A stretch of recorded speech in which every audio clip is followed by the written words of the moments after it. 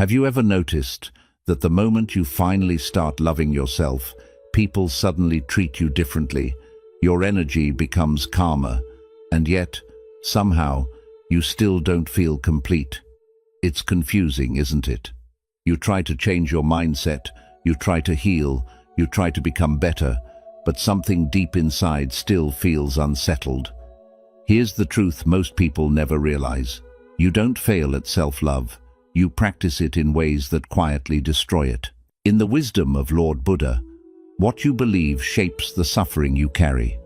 You don't need proof, just look at your own life.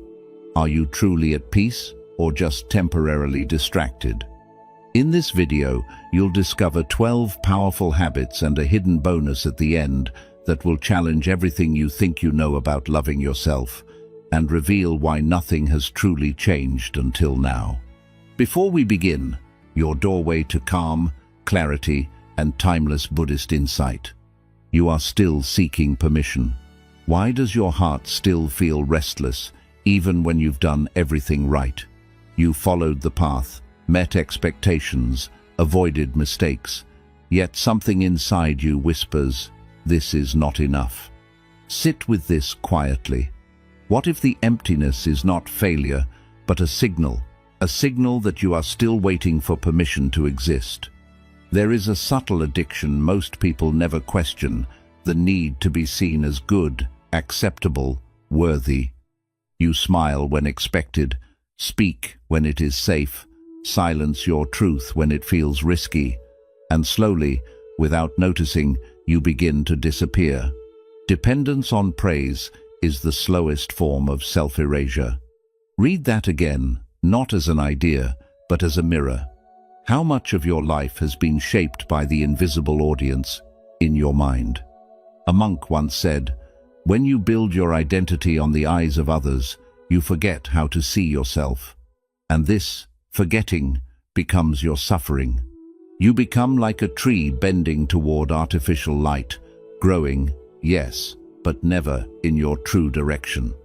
Your choices begin to feel heavy, your joy feels conditional, and deep down, a quiet question lingers. Is this really me? Pause here. Close your eyes just for a moment. Imagine yourself standing alone in a vast, empty space. No voices, no praise, no judgment, just you, breathing, existing without explanation. In that silence, something honest begins to rise. Not who you should be, but who you are beneath the noise. Can you feel it? Now ask yourself gently, who are you trying to impress without realizing it? Is it your family, your past, a version of yourself that no longer feels alive? And if no one could judge you, truly no one, what would you do differently? Would you still walk this path, or would your feet turn in another direction? This is where self-care begins, not in comfort, but in truth. The first habit is simple, but not easy. Stop asking for permission to be yourself. Each time you notice the urge to seek approval, pause, breathe, and choose one small act that comes from your own inner voice instead. It may feel unfamiliar, even uncomfortable, but that discomfort is not wrongness. It is freedom waking up. The moment you stop abandoning yourself, the world loses the power to abandon you, and slowly, quietly, you begin to return. You don't suffer because you don't love yourself. You suffer because your life is built on habits that keep asking, am I allowed to be me? We'd love to hear your thoughts. If you're not sure what to say, just type, self-love brings everything. Your habits reveal your self-worth. You say you love yourself, but your habits whisper a different truth. Not loudly, not dramatically, but in the quiet, repetitive ways you treat your own life. The meals you rush through, the rest you postpone, the thoughts you allow to stay. Sit with this for a moment. If someone watched your daily patterns, would they see care or quiet neglect? There is a simple, uncomfortable truth. You do not rise to your intentions, you fall to your habits. And your habits are not random. They are reflections. What you allow becomes what you believe you deserve. This is not punishment. It is conditioning. Each time you tolerate what drains you, you send a message inward. This is enough for me. And slowly, your life begins to match that belief. A teacher once shared, a person's life is shaped less by what they desire and more by what they accept. Look closely. Where have you been accepting less? Not because you want to, but because you've grown used to it. Like a house slowly decaying from within, the damage is not always visible at first, but the cracks, they define the structure over time. Pause today, not to fix everything, but to observe one small habit, just one. Watch how you eat. Do you rush, distracted, half present? Watch how you speak to yourself when something goes wrong. Is there patience or quiet harshness? Notice how you rest. Do you allow yourself true recovery or only collapse when you are exhausted? This is where the truth lives, not in big promises, but in small, repeated choices. And now, ask yourself honestly, where are you betraying yourself daily? Not in obvious ways, but in subtle compromises you've normalized. What are you tolerating that a deeper part of you knows is not right? A relationship? A routine? A thought pattern? If you truly valued yourself, not just in words, but in action, what would you stop allowing starting today? This is the second habit. Raise your standard quietly, consistently, not through force, but through awareness. Each time you notice neglect, choose a slightly better action. Eat with presence, speak with respect, rest without guilt. Small shifts, repeated daily, become self-respect made visible. The moment you stop tolerating less, you begin to remember your worth. And that remembrance changes everything, not instantly, but inevitably. You don't lack love for yourself. You've simply been practicing habits that prove otherwise. 3. Validation is quietly destroying you. You feel the urge to be seen, to be acknowledged, understood, affirmed. It feels innocent at first, human even. But sit quietly with this. Why does your peace depend on being noticed? Why does your worth rise and fall with someone else's attention? The more you need eyes on you, the less clearly you begin to see yourself. There is a hidden cost to constant validation. Each time you look outward for confirmation, you move a step away from your own center. Your decisions become softer, less honest. Your voice becomes filtered. And slowly, without realizing it, you stop asking, "Is this true for me?" and start asking, "Will this be accepted?" The one who seeks reflection in others forgets their own face. This is not judgment. It is a quiet observation of how identity dissolves. Imagine two mirrors facing each other, endless reflections, repeating, distorting, multiplying. But where is the original image? Where is the truth? This is what happens when your sense of self depends on others' reactions. You become an echo, a version of a version, and deep inside, a subtle emptiness grows. Not because you are unseen, but because you have stopped seeing yourself. Tonight, sit in silence. No distractions, no reaching for your phone, no urge to share a thought, no need to express. Just sit and watch your mind. Thoughts will arise, some uncomfortable, some revealing. Resist the impulse to turn them into something to show others. Let them exist, just for you. This is where clarity begins. Not in expression, but in observation. And gently ask yourself, why do you feel the need to be seen? Is it connection you seek, or reassurance that you are enough? What are you avoiding when you are alone with your own thoughts? Is there a truth you have been delaying, hiding behind noise and attention? This is the third habit. Learn to witness yourself without an audience. Not to isolate, but to reconnect. When you stop performing your life for others, something deeper awakens. Your choices become clearer, your voice becomes steady, your presence becomes real, not shaped by approval, but rooted in awareness. The moment you are no longer desperate to be seen, you finally begin to see. You don't feel invisible because others ignore you. You feel invisible because you have not yet learned to sit fully with yourself. You abandon yourself in silence. There are moments in your day that seem small, almost invisible. A quiet. It's fine when something inside you tightens. A forced smile when your heart withdraws. A silence when truth is asking to be spoken. These are not harmless adjustments. This is where you begin to abandon yourself. Not loudly, not all at once, but in fragments. And the most dangerous part is this. It starts to feel normal. You tell yourself you are being patient, understanding, flexible. But beneath that softness, there is a quiet betrayal. Every time you ignore your inner voice, you teach yourself you don't matter. Sit with that truth. Not to judge yourself, but to see clearly. Because self-betrayal rarely looks like destruction. It looks like politeness, like compromise, like keeping the peace at your own expense. A monk once said, "The deepest loneliness is not when others leave you, it is when you leave yourself." And this leaving is subtle. You feel it when you swallow your words, when you ignore your limits, when you say yes while your entire being whispers no. Like a shadow fading at dusk. You slowly disappear from your own life. And then you wonder why you feel unseen. Pause here. Recall one moment from today, just one. A moment where you said, "It's fine," but it wasn't. Do not analyze it. Feel it. Where did your body tighten? What did your heart want to say?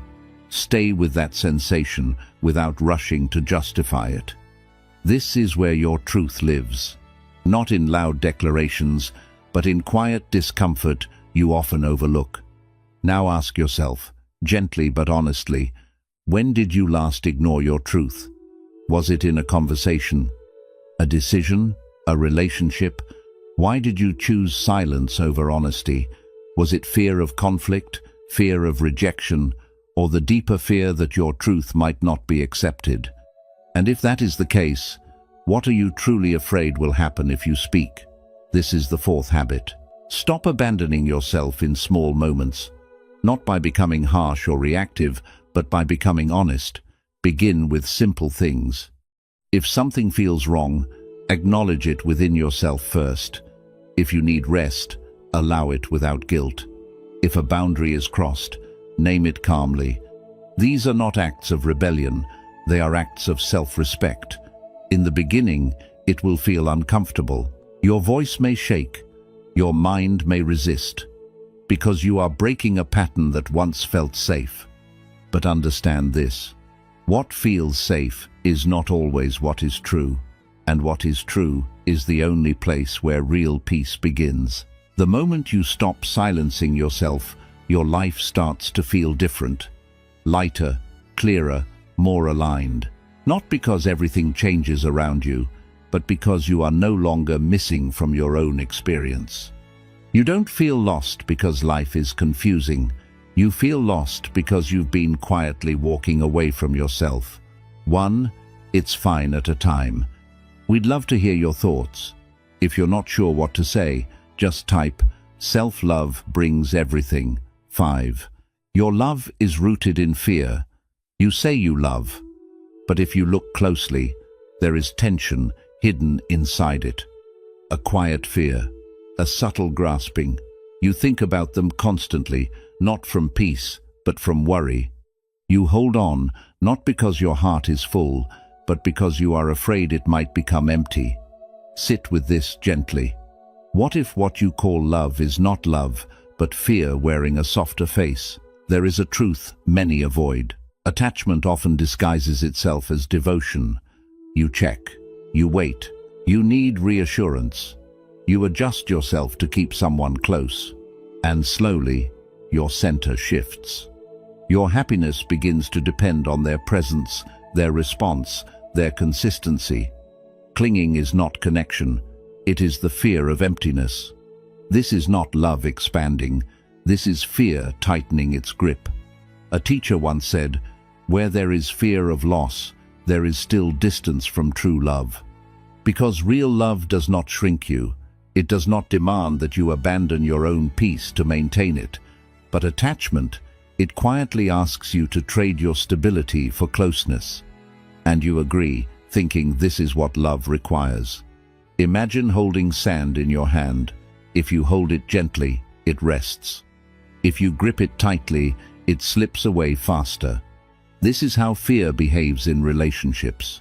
The more you try to control, secure, and hold on, the more fragile everything becomes.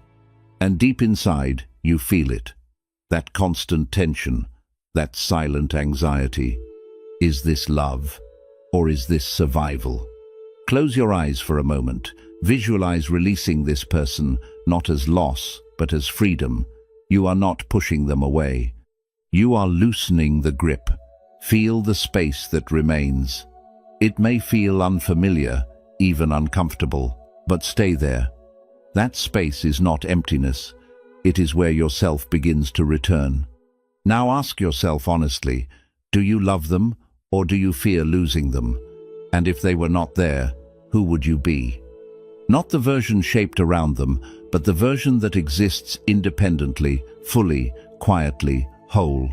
Can you meet that version without rushing to fill the space again? This is the fifth habit.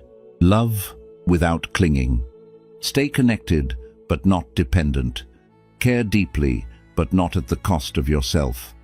Let your love come from fullness, not fear. This is not detachment from people. It is detachment from the illusion that they complete you. The moment your love is no longer driven by fear, it becomes lighter, calmer, real. You don't struggle with love because you feel too much. You struggle because you've been holding on too tightly to avoid feeling alone. 6. Comfort is keeping you weak. There is a quiet lie you have been told, that self-love means always being gentle with yourself, that it means choosing ease, avoiding discomfort, staying where things feel safe. But look closely at your life. Has comfort made you stronger, or has it slowly weakened your will? Sit with that question honestly, because sometimes what feels like kindness is actually avoidance. You delay what matters. You postpone the difficult conversation, the disciplined routine, the uncomfortable truth, and you tell yourself, I'll do it when I feel ready. But readiness rarely comes from waiting, it comes from stepping into resistance. Growth does not come from comfort. It comes from truth, and truth is rarely soft in the beginning. A monk once said, "The path that strengthens you will not always soothe you." Because real self-care is not always about calming yourself. It is about correcting yourself. It is choosing what is right, even when your mind resists. Like a blade sharpened by friction, your strength is formed in moments where you do not escape discomfort, but stay present within it. Think of one thing you've been avoiding, not something impossible. Something simple, clear, necessary. Maybe it is waking up earlier, taking care of your body, ending a harmful habit, or facing a truth you keep postponing. Notice how your mind reacts. It creates excuses, delays, distractions. It seeks comfort, not because it is right, but because it is easy. Today, do that one thing, not perfectly, not with intensity, but with honesty. As you step into it, discomfort will arise. Your body may resist. Your thoughts may complain. Do not fight it, and do not escape it. Just observe it. Stay with it. This is where your discipline begins, not in force, but in awareness. Now ask yourself, what are you avoiding that you know you need? Where have you chosen comfort over growth again and again? And if you were to truly respect yourself, not just emotionally, but through action, what would discipline look like in your daily life? This is the 6th habit. Practice firm compassion. Be kind, but not indulgent. Be patient, but not passive. True self-love is not about making life easier. It is about making yourself stronger, clearer, more aligned. The moment you stop using comfort as an excuse, you begin to feel a different kind of peace. Not the fragile peace of avoidance, but the steady peace of self-trust. You don't feel stuck because life is hard. You feel stuck because comfort has quietly become your cage. 7. You don't need to be liked. Not everyone will like you, and somewhere deep inside, that truth still unsettles you. You adjust your tone, soften your opinions, reshape your edges, hoping to be accepted. But pause for a moment. At what cost? Each time you bend yourself to fit someone else's comfort, you move a little further away from your own center. And slowly, you begin to confuse approval with peace. There is a quiet exhaustion in trying to be liked. You measure your words, anticipate reactions, carry the invisible weight of other people's opinions. And yet, no matter how carefully you perform, it is never enough. Because the desire to be liked is not about connection. It is about fear. Fear of rejection, fear of standing alone. But listen closely. Rejection is not the wound you think it is a release. When you stop needing acceptance, you become unshakable. Not because the world changes, but because you do. A monk once shared, "The sky does not chase the clouds. It remains vast, allowing everything to pass." You are like that sky. Opinions, judgments, preferences, they are passing clouds. They do not define you unless you hold on to them. Think of a moment when you were rejected, not accepted, not chosen, not understood. Feel it again. Not the pain, but the meaning you gave it. Did you see it as proof that you were not enough? Or could it be something else? A quiet redirection? A moment where life gently moved you away from what was not aligned with you? Sit with this question now. Why do you fear being disliked? Is it the discomfort of being misunderstood? Or the deeper fear of standing fully in your truth without support? And what are you compromising, even today, just to be accepted? A belief? A boundary? A part of your voice? This is the 7th habit. Release the need to be liked. Not by becoming distant or indifferent, but by becoming honest. Speak clearly, act truthfully, let people respond as they will. Some will stay, some will leave, and both are necessary. Because the right connections are not built on performance, they are built on authenticity.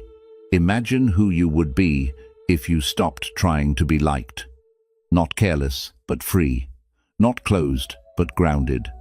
A version of you that does not shrink to fit, but expands naturally, without apology. The moment you stop seeking acceptance, you stop abandoning yourself. And in that space, something powerful emerges, a quiet strength that no rejection can shake. You don't lose people because you are not enough.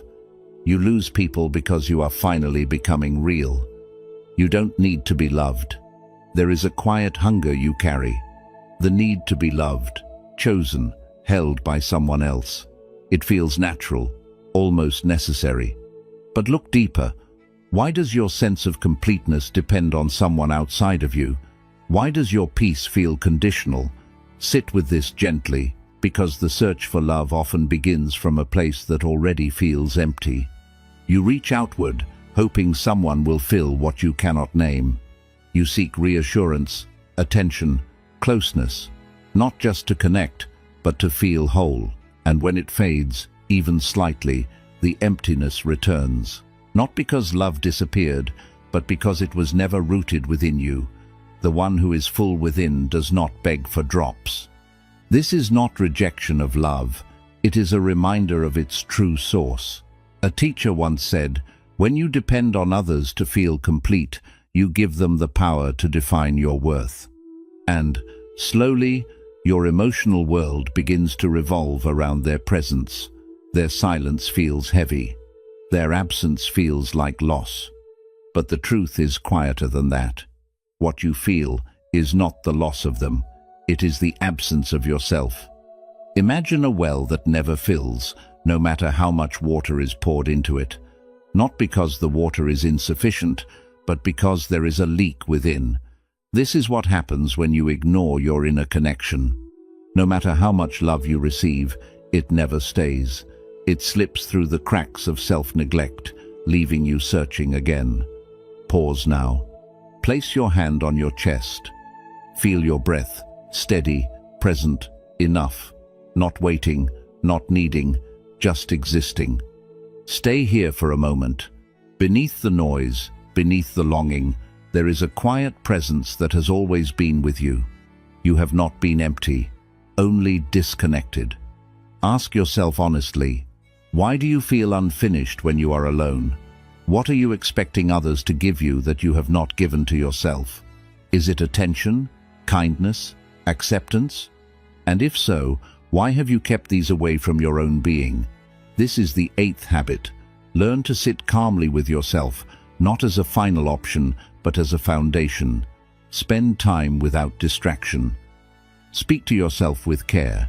Give yourself the same presence you look for from others. This is not isolation, it is restoration. When you start to feel whole within, something changes. You no longer chase love, you share it. You no longer depend, you connect. And your relationships become lighter, freer, and more real. You don't feel unloved because others fail you. You feel unloved because you have not yet learned how to stay with yourself. We'd love to hear your thoughts. If you're not sure what to say, just type, "Self-love brings everything." 9. Respect is not promised. You wait for respect from others, from the world, from those around you. You hope they will see your worth, notice your effort, and treat you with care. But stop for a moment. What if the deeper question is not whether they respect you, but whether you respect yourself? Because what you quietly accept becomes the standard others follow. There is a quiet truth most people avoid. The world reflects the standard you silently accept, not because people are cruel, but because they respond to the energy you carry. When you tolerate disrespect, ignore your own boundaries, speak to yourself with doubt, this becomes your unspoken message, and the world simply reflects it back, not as punishment, but as alignment. A monk once said, "Clarity does not come from forcing others to see you. It comes from seeing yourself without distortion. Like water that has been disturbed, your reflection becomes unclear when your inner state is unstable. But when you choose stillness, honest, grounded awareness, something changes. You begin to see yourself clearly, and from that clarity, respect naturally grows. Stand still for a moment. Notice your posture, your breath, your tone, not how you look to others, but how you feel within yourself. Is there confidence or hesitation, presence or quiet shrinking? Gently adjust it, not to impress, but to align. Lift your posture, slow your breath, steady your voice. These small changes are not shallow, they are signs of self-respect, being rebuilt from within. Now ask yourself honestly, do your actions show respect for your own life? Where are you lowering your standards, accepting less than you know is right? Is it in the way you allow others to treat you, or in the way you treat yourself when no one is watching? And if you were to truly respect yourself, not only in thought, but in action, what would change starting today? This is the 9th habit. Live in a way that earns your own respect, not through perfection, but through consistency. Keep small promises to yourself. Speak honestly. Walk away from what lowers you. These are not dramatic acts. They are quiet choices that reshape your identity over time. The moment you begin to respect yourself, the world responds differently. Not always immediately, not always perfectly, but inevitably. Because your presence changes, your boundaries become clear, your energy becomes steady. You don't lack respect because others fail you. You lack it when you silently agree to live below your own standard. Face yourself without illusion. When you look at yourself, do you truly see who you are, or only the version you have learned to show? A version shaped by comfort, by avoidance, by quiet denial. Sit with this question, not to criticize, but to uncover. Because the hardest truth is this: you cannot love what you refuse to see clearly. There are parts of you that you have learned to hide, not only from others, but from yourself. habits you defend, patterns you ignore, emotions you push away because they feel inconvenient or uncomfortable or too revealing. And slowly, a gap forms between who you are and who you believe you are. You cannot love what you refuse to see clearly. This is not cruelty, it is honesty. A monk once said, "Truth does not wound you, resistance to truth does." Like fog covering a mountain, illusion softens the edges of reality. It makes things easier to look at, but not easier to live with. Because what is hidden does not disappear, it waits. And over time, it shapes your life from under the surface. Stand before a mirror, not casually, but with intention. Look into your own eyes for a full minute. No adjusting, no judging, no escaping. Just observe. At first, your mind will react. It will label, distract, criticize. Let it pass. Stay still. Beneath the noise, something deeper starts to appear. A quiet recognition of what is real. Now, ask yourself honestly, what are you avoiding about yourself? Not in theory, but in daily life. Is it a habit you know is hurting you? A truth about your behavior? A pattern you keep repeating but refuse to fully admit? And why have you been hiding from it? Is it fear of change or fear of what facing it might ask from you? This is the 10th habit. Face yourself without illusion. Not to become perfect, but to become real. Because only what is seen can be transformed. Only what is accepted can begin to heal. This is where self-love becomes grounded, not in blind acceptance, but in clear awareness. It may feel uncomfortable, at times even confronting. But understand this, discomfort is not your enemy. It is the doorway to alignment. Every truth you face removes a layer of confusion, bringing you closer to yourself. The moment you stop hiding from who you are, you give yourself the chance to become who you can be. You don't struggle to love yourself because you are broken. You struggle because you've been looking at a version of yourself that was never fully true. We'd love to hear your thoughts. If you're not sure what to say, just type, "Self-love brings everything." 11. Treat yourself like someone you love. You offer patience to others, even when they fall short. You speak gently, forgive quickly, make room for their struggles. But when it comes to yourself, your tone changes. You become harsher, colder, less forgiving. Sit with this honestly. Why do you give the best of your kindness away and keep the worst of your judgment inside? There is a quiet imbalance in the way you live. You show up for others, you support, you understand. But when you struggle, you pull away from yourself. You criticize your mistakes, rush your healing, ignore your needs. Self-love is not only a feeling, it is consistent action, and your actions reveal a deeper truth. You have learned to care outwardly, but not inwardly. A teacher once said, "The way you treat yourself in pain shows the depth of your love." Notice what happens when things go wrong. Do you give yourself patience or pressure? Do you sit with your emotions or try to run from them? This is where self-love is tested, not in good moments, but in difficult ones. Imagine watering every plant around you while your own roots stay dry. At first, everything seems fine. You feel useful, needed, connected. But over time, something begins to fade within you, not because you lack love, but because you have not turned it inward. Today, do one simple act of care for yourself, not from obligation, but from intention. It could be rest without guilt, a quiet walk, speaking kindly to yourself after a mistake, or simply pausing to breathe. As you do it, notice the resistance, the voice that says, "This is unnecessary, you don't deserve this." Stay with it, do it anyway. This is where the shift begins. Now ask yourself, how do you treat yourself when you are struggling? If someone you love were in your place, would you speak to them the same way? Would you rush them, criticize them, ignore their pain? Or would you offer understanding, patience, and care. Then why is your own heart treated differently? This is the 11th habit. Treat yourself like someone you truly care for. Not sometimes, but consistently.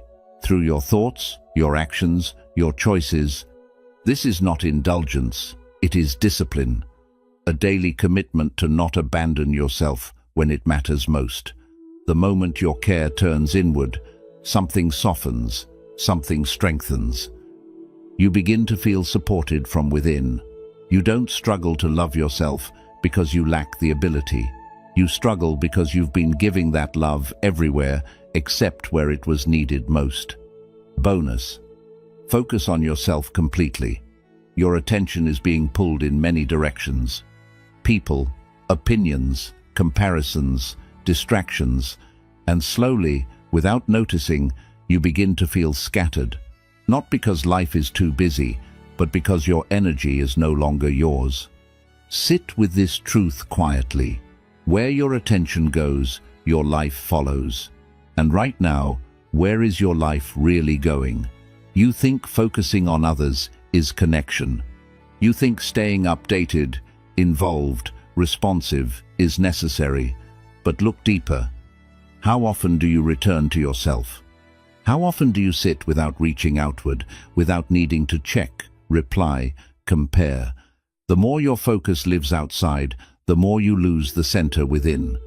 And without that center, everything starts to feel unstable. A monk once said, "A distracted mind cannot know peace because it has no home to return to." Like sunlight scattered across many surfaces, your energy becomes weak everywhere, powerful nowhere. You begin many things, but finish few. You feel everything, but understand little. And beneath it all, there is a quiet tiredness, not from effort, but from misdirection. Pause now. Bring your attention inward just for a few moments. Close your eyes. Feel your breath, steady, present. Notice your thoughts, not as commands, but as movements. Stay here. Do not chase anything. Do not fix anything. Just return. This simple act is more powerful than it seems, because each time you come back to yourself, you reclaim a part of your life. Now ask yourself honestly, where is your energy being wasted? Not in obvious ways, but in subtle ones. Overthinking what others think of you, replaying conversations, comparing your path to someone else's. And, in all this outward focus, who are you neglecting within yourself? This is the final habit. Focus on yourself completely. Not in isolation, but in alignment. Give your energy to what strengthens you. Protect your attention as something sacred. When your mind drifts outward unnecessarily, gently bring it back, not with force, but with awareness. At first, it will feel unfamiliar. You may feel the urge to reach outward again, but stay, because in that stillness, something begins to rebuild. A sense of clarity, of presence, of quiet strength. The moment you return to yourself fully, your life begins to gather its power again. You don't feel lost because you lack direction. You feel lost because your attention has been everywhere except where it matters most. Quick summary of the principles. Approval is your addiction. You are still living in reaction to others' opinions instead of your own truth. Your identity becomes unstable when it depends on outside validation. You delay your growth, waiting for acceptance that may never come. Self-love begins the moment you stop asking for permission to exist. You tolerate your value. Your daily actions show your real level of self-respect. What you repeatedly allow defines what you believe you deserve. Neglecting small responsibilities slowly damages your self-worth. Raising your standards is the first act of true self-care. Needing eyes weakens vision. Constantly seeking validation separates you from your inner clarity. You lose your real self when you value being seen more than being true. External attention gives temporary satisfaction, but long-term emptiness. Self-awareness grows only when you are comfortable being unseen. Self-betrayal feels normal, You abandon yourself in small ways and call it adjustment. Ignoring your inner voice creates inner conflict and quiet resentment. Every act of self-betrayal weakens your confidence. Honoring your truth is the base of self-trust. Attachment hides itself. What feels like love is often dependency rooted in fear. Emotional reliance on others creates instability inside you. You confuse connection with the inability to be alone. Freedom begins when you learn to stand complete by yourself. Ease is not love. Comfort does not equal growth, and avoidance is not care. Real self-love requires discipline and hard choices. Avoiding discomfort keeps you trapped in the same patterns. Growth begins when you act despite resistance. Rejection is freedom. Not being liked is not a failure. It is clarity. Trying to please everyone weakens your identity. Rejection helps you filter what is not aligned with you. True strength comes from accepting that not everyone will choose you. Love begins within. Seeking love outside creates endless emotional dependency. You cannot receive deeply if you are empty within. Inner fulfillment removes the need for constant reassurance. Self-love starts when you become emotionally complete alone. Self-respect comes first. Others treat you based on the standards you set for yourself. Lack of self-respect invites disrespect from the outside world. Your behavior teaches people how to value you. Self-respect requires consistent alignment with your principles. Truth is uncomfortable. Avoiding self-reflection keeps you trapped in illusion. You cannot grow if you refuse to see your flaws. Facing yourself honestly is needed for transformation. Clarity begins when you stop hiding from your own reality. Care is a discipline. Self-love is built through consistent actions, not feelings. You must treat yourself with the same care you give others. Neglecting yourself while caring for others creates imbalance. Daily intentional care strengthens your inner foundation. Your energy is sacred. Where you place your attention decides your life direction. Over-focusing on others drains your mental and emotional energy. You lose yourself when you constantly watch others instead of yourself. Growth becomes faster when your attention is directed inward. Self-love is not a soft idea. It is a radical change in how you live, think, and respond to life. It asks for honesty where you once chose comfort, discipline where you once chose ease, and awareness where you once stayed unconscious. The truth is simple but hard to accept. The life you experience is a direct reflection of how deeply you value yourself. In the wisdom of Gautama Buddha, you yourself, as much as anybody in the entire universe, deserve your love and affection. But this is not given. It is built.